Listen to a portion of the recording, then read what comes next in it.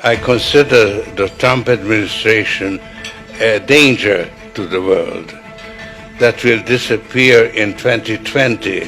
What if I told you that Bill Gates, Greta Thunberg, Al Gore, George Soros, Prince Charles, and Cardinal Turkson were meeting in the mountains to plot a global new order to be established on the back of the COVID pandemic? An outrageous movie plot? Or is it absolutely true? Donald Trump and the Davos connection, tonight from the editor's desk.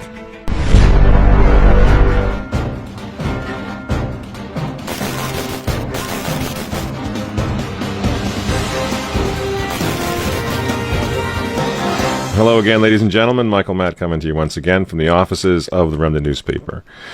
Here's something you're not apt to hear on mainstream media. Of the 18 million people in the world who've been infected with the coronavirus, 10.6 million have recovered. This is according to the latest figures from Johns Hopkins University. In other words, the vast majority of COVID patients fully recover. This doesn't even factor in the millions who've contracted it, recovered, and didn't even know they had it. Friends, we need to have a talk. I mean, let's be really clear right from the outset. COVID-19 is not a hoax, okay? Worldwide, over 650,000 people, mostly elderly, have succumbed to it. This is not a hoax. Even with skewed death reporting, which we know is going on all over the place, this is a very serious virus. But so was the H1N1, the swine flu of 2009, which claimed the lives of 500,000 people. So was the Hong Kong flu of 1968, which claimed the lives of up to 4 million people. Flu is a nasty business. Now, do you remember these previous epidemics, pandemics? Probably not. Why? Because the media didn't freak us out over those. The country wasn't shut down. Healthy people were not quarantined. Schools weren't closed. Church services weren't canceled. Why not? Because COVID is a thoroughly politicized virus. And we're getting conflicting recommendations from the experts that get just a little more absurd every week. Doctor, your colleague, Dr. Fauci, has suggested recently that goggles would work even better, or in addition to. You're talking about masks. People have come around to the reality of that. Are we going to look at more demands based on what Dr. Fauci has said? Well, I've seen really great face shields, and I've seen them around the country. You know, I've been out to 14 states. The administration sent me out, and I've gotten to see a lot of exciting face masks out there, and face masks that come from the bottom up. And I think that's really, the American people are innovative. Those are actually pretty easy and straightforward to make. Many universities and those who have printers are making face shields now. So these 3D printers can really increase that production, and I think others are making them, and they can be decorated. So, Dr. Well, no one's really interested in decorations. I want to know whether face shields or goggles is something we're going to hear next. I mean, this isn't even funny. I'm so glad to see the guys from Fox over there are openly mocking this woman. I mean, people are losing their jobs. They're losing their homes. They're losing their mental health over this. Their kids aren't going back to school. They can't go to church. And this delusional woman with the scarves thinks that we're going to get a kick out of decorating our face shields? This is day 170, I think, of the 15 days to slow the spread, Dr. Birx. Do you have any idea of what the hell you're talking about? Because it changes all the time. No wonder nobody takes these people seriously anymore. And so here's the thing, friends. We need to get very serious about it. We need to have a serious conversation about it. Here at The Remnant, we've been saying since March, since the outset of this thing, that it's not the virus that we're questioning. I don't want to get the virus. I know you don't. I know some of you have lost loved ones or friends or whatever from the virus. I've known quite a few folks now who've gotten it. I don't know anyone who died. Everyone who I know, thanks be to God, has recovered. But it was never the virus that's the problem. It's the political exploitation of the pandemic, the COVID pandemic, that really, really must give all of us now serious cause for concern about the future. They're not playing games here. This isn't going anywhere. This isn't going away.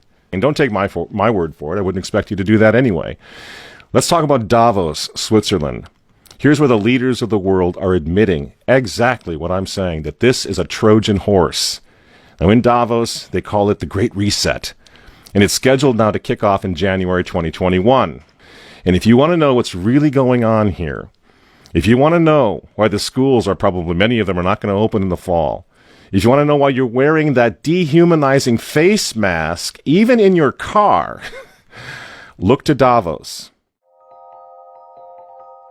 Now is the historical moment, the time, not only to fight the severe virus, but to shape the system. We have a unique but rapidly shrinking window of opportunity to learn lessons and reset ourselves on a more sustainable path. What is it that would make it so that history would look at this crisis as the great opportunity for reset? The Great Reset is a welcome recognition that this human tragedy must be a wake-up call. The world's problems fit on three sides of a triangle. It's one versus many, man versus nature, and the unfortunate foundation is long-term versus short-term.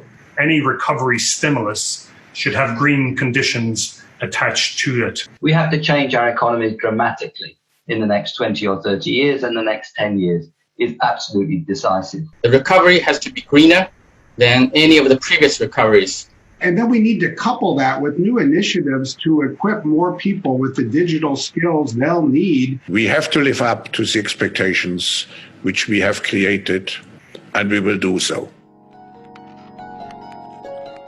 On June 2nd, 2020, just a couple months ago, the founder now of the World Economic Forum in Davos, Klaus Schwab, wrote an article on their website in which he just comes right out with it. He says that COVID pandemic represents a, quote, rare but narrow window of opportunity to reflect, reimagine, and reset our world, end quote. Those aren't my words.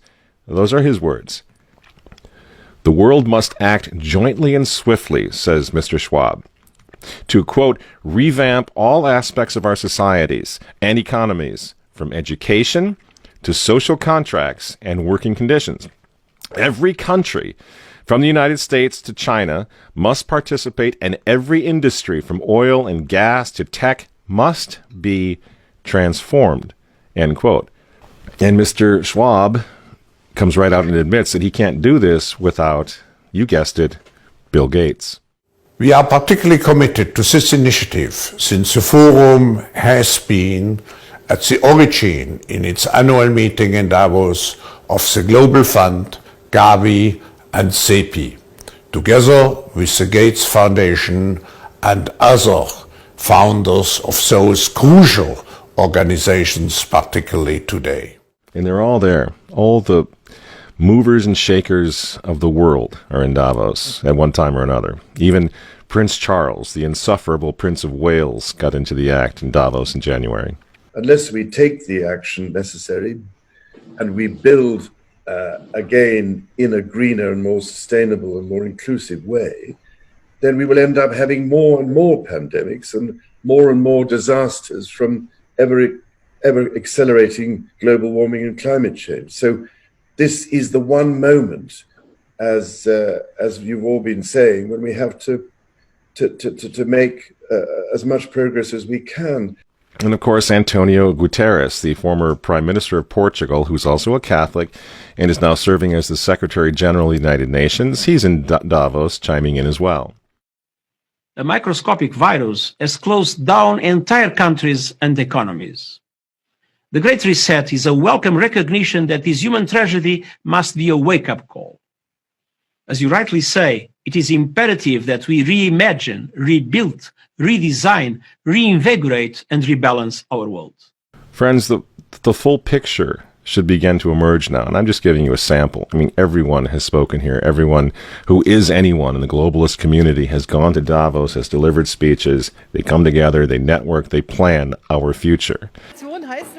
This transformation essentially means that the whole way that we do business, that we live, and that we have grown accustomed to in the industrial age will have to be changed. We will have to leave that behind us in the next 30 years to go. This COVID thing is their golden opportunity, and they certainly don't want Trump or anyone else to fix the problem, certainly not prematurely. And this is what the war on hydroxychloroquine is all about. I mean, think about this. Why? You mention hydroxychloroquine and you get taken off Facebook? You get taken down from YouTube? Why? This thing's been going for 60 years. People use it all the time. Well, if you use it, you might have a heart attack, so we got to condemn that. Why are they doing this? This is a therapeutic that works for a lot of people. Doctors all over the place are using it right now, but they don't want it. Why? Why? Because it's not a vaccine. Because it might fix the problem. This is why those frontline doctors in the white coats, that's why they were banned from social media. Many of them are now losing their jobs. They were frontline heroes. And all they did wrong was come out and talk about fixing the thing now. Not waiting 18 months. You're not waiting for a vaccine. But how they're fixing and healing people right now. Doesn't that make you just a little suspicious? Because, see, the problem is these frontline doctors in the white coats, if they're right, and COVID can be cured without 7 billion doses of Bill Gates' vaccine, well, the Great Reset that they keep talking about in Davos, Switzerland, the Great Reset will be dead on arrival. And all of us will go back to life as we knew it. This is why the 2021 Davos Summit now, 2021, it's coming right up after Christmas, the Davos Summit. And the Great Reset, they need President Joe the Catholic Biden to hand us, the United States, over to them if he wins this election. This is why they're trying so hard to take Donald Trump down. Biden is not a serious candidate. We can all agree on that, right? He's not serious. The poor fellow. He's in his dotage now. So what are they doing? They don't want a serious candidate. I'm not talking about on the right. I'm talking about on the left. They don't want someone who's going to be serious. Everyone with a pulse knows Joe Biden can't do this job. What's he doing there then? In my opinion, he's the personified monument to the U.S. presidency that the mob will tear down in January. They need to reset everything, including the politics of the United States, the governance of the United States. Besides that, old Joe the Catholic Biden has always been a New World Order guy. The affirmative task we have now is to actually create a new world order. And of course, friends, we hear a lot about the Green New Deal and all of that, right? We hear Francis with his Laudato Si encyclical and all of that. They're all working together, aren't they? The Davos 2021 Summit works closely with something called Climate Reality Project. And guess who runs that? The respected trustee of the World Economic Forum, Albert Gore. This crisis, the climate crisis, is way worse than people generally realize. Way worse. It is getting worse still way faster than people realize.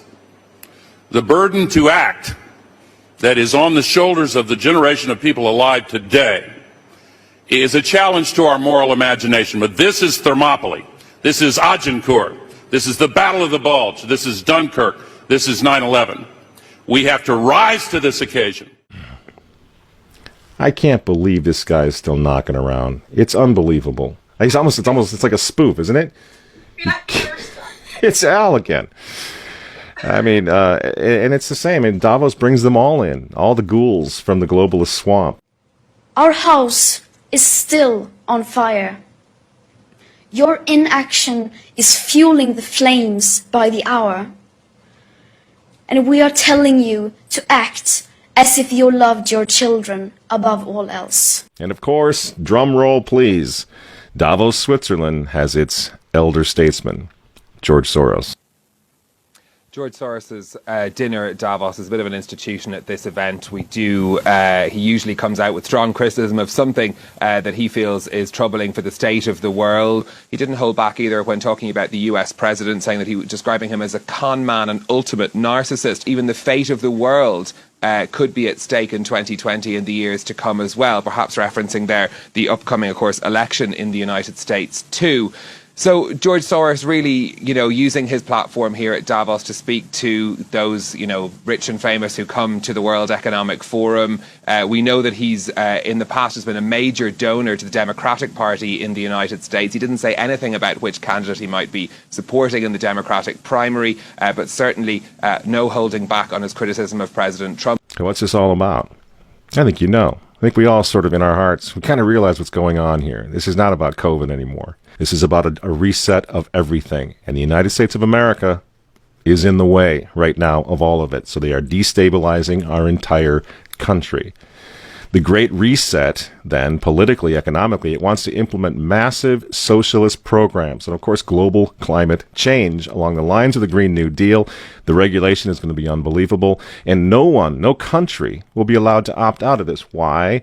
Well, if an individual country opts out of the Great Reset, they're going to be endangering the whole world community, the whole world, through future pandemics that will be caused by climate change, Al Gore says, and overpopulation, says Bill Gates. You see how it works? No country will be allowed to opt out. This is what we're facing in November.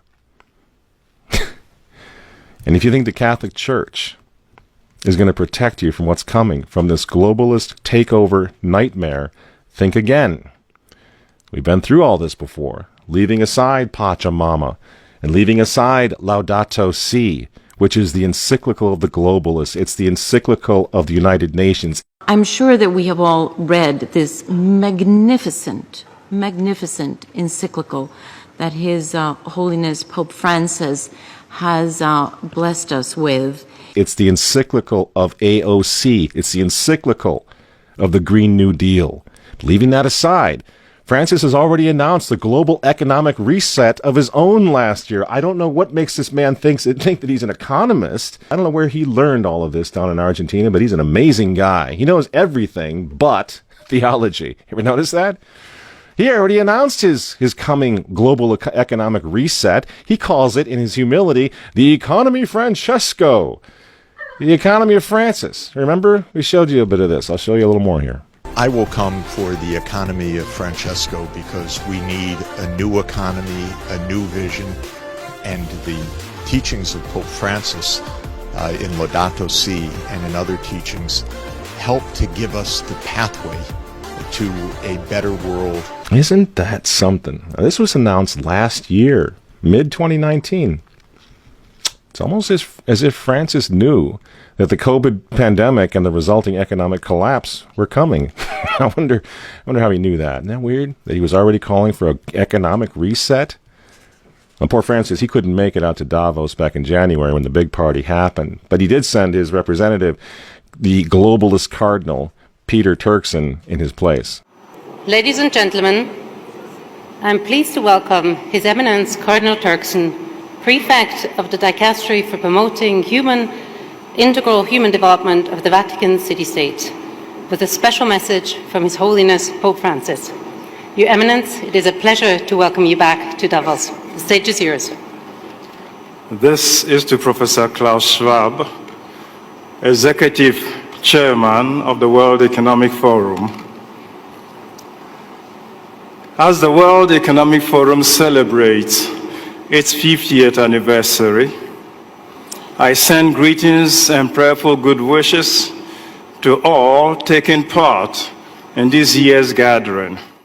Everyone's in on the Great Reset. Well, almost everyone. There's one guy who's got the power to do something to stop it, and you know exactly where I'm going. And they made a mistake. They tried to get Trump on their side, so they invited Donald Trump to Davos, I think a couple of times. But in January, when Donald Trump, I think, really began to see the beast that he was up against, he went to Davos, to the World Economic Forum, and he stuck a mega finger in their eye. We're committed to conserving the majesty of God's creation and the natural beauty of our world.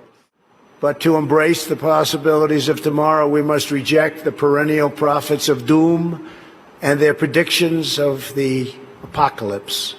These alarmists always demand the same thing: absolute power to dominate, transform, and control every aspect of our lives. We will never let radical socialists destroy our economy, wreck our country.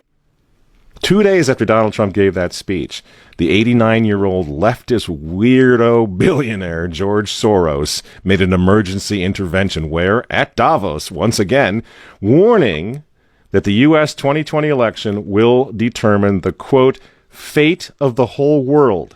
Now, in the context of Davos, take a look at this one more time. This is a month after Donald Trump addressed Davos and stuck the MAGA finger in their face. Here's what Francis, the Vatican, and Jeffrey Sachs had to say in response. And it is a dangerous country right now. It will be absolutely dangerous if Trump wins re-election. Trump wins re-election. Trump wins re-election. Francis invited this guy to the Amazon Synod as an honored guest and advisor. He's also Bernie Sanders' advisor. What's he doing in the Vatican? Why is this guy who's a promoter for socialist, out and out socialist, Bernie Sanders, what's he doing advising the Pope? Why does he have entree to the Vatican, friends? Sachs supports abortion and contraception, but that's not a problem for the Vatican. For the Vatican, for Pope Francis, and for his friends at the UN, Donald Trump is the problem, obviously, friends. Clearly, I consider the Trump administration a danger to the world, but I regard it as a purely temporary phenomenon that will disappear in 2020. Do you get it? Do you see why there's so much hate for Trump? Because with all of his faults, again, he's the capitalist. He's not the globalist. He never will be one of them, which is why he pulled the United States out of the Paris Climate Agreement. Donald Trump pulled the United States out of the World Health Organization. That's Bill Gates and company. And now he's threatening to pull the United States out of the World Trade Organization. People say, yeah, well, Donald Trump got married twice. He's a bad guy. Really? He's right in the face of the demons on this, friends. Nobody ever said he was a saint. He's knocking the sacred cows of the United Nations down all over the world right now. The General Assembly routinely votes 185 against the United States on almost everything right now. And you remember, speaking of the United Nations, in November of 2019, again, right before COVID landed, Trump went to the UN, on the floor of the General Assembly, and he declared war on globalism. Wise leaders always put the good of their own people and their own country first. The future does not belong to globalists. The future belongs to patriots. And shortly after the speech at the UN, Donald Trump delivered, what do you think happened? The coronavirus was unleashed on the world, and Trump's booming U.S. economy went on life support. Do you think that was an accident? So when they tell all of us to stay home, wear your mask so grandma doesn't get sick, please understand what's really going on here. They don't care about your grandmother. They don't care about old people, these people. They don't care about babies. They want them aborted so that they can save the common home. Abort babies, millions of them all over the world. They don't care about babies. They don't care about old people. In fact, if you want to save your grandma, tell the globalists to stay the hell away from her. You remember how some of them, like Cuomo and characters like this, were running COVID recovering patients through nursing homes? That's how much they care about grandma. And the name of the game now is to bring the United States economy to its knees, get it out of the way, so that everyone will want the Great Reset. Make the new normal so intolerably abnormal that even you and I, maybe, at some point in the near future, will be begging for the vaccines because we'll be driven crazy by that point. Begging for whatever else is going to keep us safe according to our jailers and our handlers and our zookeepers. You see? That's what they want. That's why they keep using this term, new normal. You know what we do to fight back? Go to work. Go back to school. If you're healthy, take off the mask. And for heaven's sake, go back to church and pray that Trump wins in November. That's what the reset was on. That's what the Russia hoax was all about. That's what the impeachment hoax was all about. Don't you see? For 4 years, I've been trying to stop this man because if he strengthens America, if he makes it great again, if he brings the economy back again, the reset won't happen. The New World Order is going to be set way back. Who knows when they're going to have another COVID opportunity like this one again, and they know it. So ask yourselves why they hate this man. These folks, these men, they hate God. They hate the unborn. They hate the traditional family. They hate you. And they hate Donald Trump, whose political opponents, by the way, right now are knocking statues of saints to the ground. They're beating up cops, and they're burning flags. You say you don't like Trump. I'm sorry, friends, but who cares? That doesn't really matter anymore. What you think of Trump's personality or his tweets. Look at the big picture. The choice is simple, friends. Stand with America right now, or fall with the New World Order in the not-so-distant future. There's no other choice. I'm Michael Matt for Remnant TV, and we'll see you next week.